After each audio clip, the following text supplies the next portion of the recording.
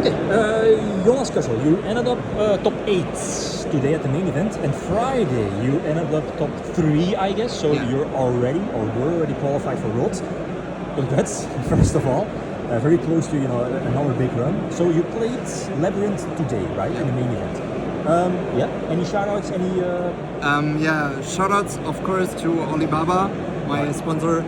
I don't own any of the cards. I don't own the cards I played on Friday. I don't own the cards I played on for this tournament, for the main event, and I borrowed them almost all from them. So huge shoutouts to them. Also to everyone else who borrowed me cards. And to Chris who made it to Worlds with me. Of course. And that's it. Okay. Let's see the list. I played Labrynth, and just go to the list. Right. For the main deck and the monsters, I played 3 Ariana, 2 of the Silver Lady, and 1 of the big one. I'm playing the furniture version of Labrynth. I really liked it, and that's why I'm only playing 2 of these. Ariana for sure is one of the best cards, just because it searches anything in the deck and enables many combos. Yeah, I think this is pretty good in general. And the furniture cards, 3 of both and 1 of the clock. I think this ratio is perfect. In general, this deck is very consistent due to all the engine cards, and I think I bricked like only 1 game in the whole tournament. And like even if your hand is not great, you still get to play the game just with these, and they just recur so much.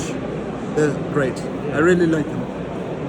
Then that's for the main deck monsters, like the real monsters. And I played hand traps. I played free Ash because it's the best one. Good against anything. Pretty decent in every matchup. Can win against Branded by itself. I also played Nibiru. I think it's like a gamble because most people don't expect it and don't respect Nibiru in the main deck, and it for sure won me some games. Also, good to note, if you have any of the Labrynth furniture cards, you can activate this in hand, send it for cost, and then you don't get to summon the Nibiru and the token as well, and you can still set a card. It's kind of neat. And then 3 impermanence just because it's a trap card and it's a good hand trap in general. So I played 3 extravagance as my spells. I just want to draw cards. I think this is better than prosperity in this deck, just because having cards in hand to discard is very important. And I played 1 of the field spell. Very important in my opinion. And then the trap cards. 3 welcome, 3 big welcome. I really like these. Some people only play 2. I side out 1 a lot, but in general just having a consistent deck is very key for me, and those cards grind really well.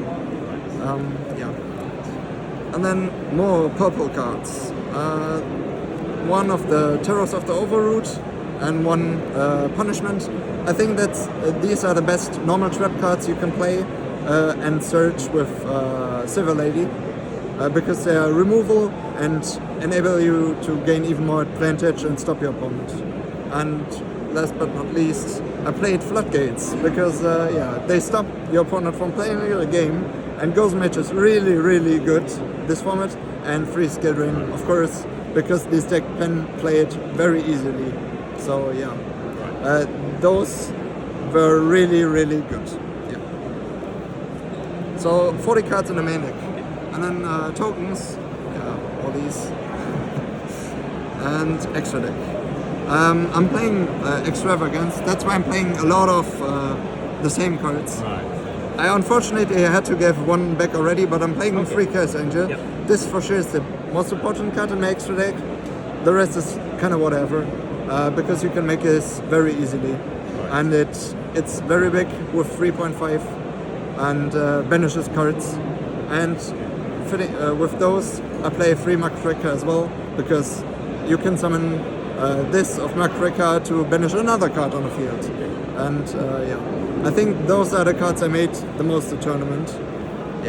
And then random link monsters. 1 Lingo Reaver in case someone gives you Ibli. Never came up. Yeah, magic. Okay.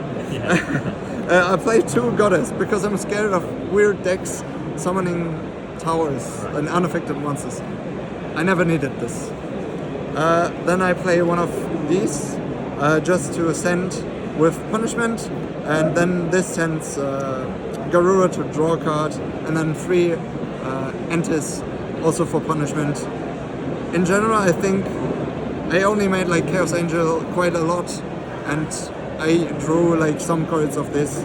But in general, I think playing it like this is very good. But you can probably change something in the extra deck. And then for the side deck, I played 3 Beast, like 3 Magnamut, 1 Druid's Worm, just for any deck doing stuff with the graveyard with light or dark cards, branded and stuff.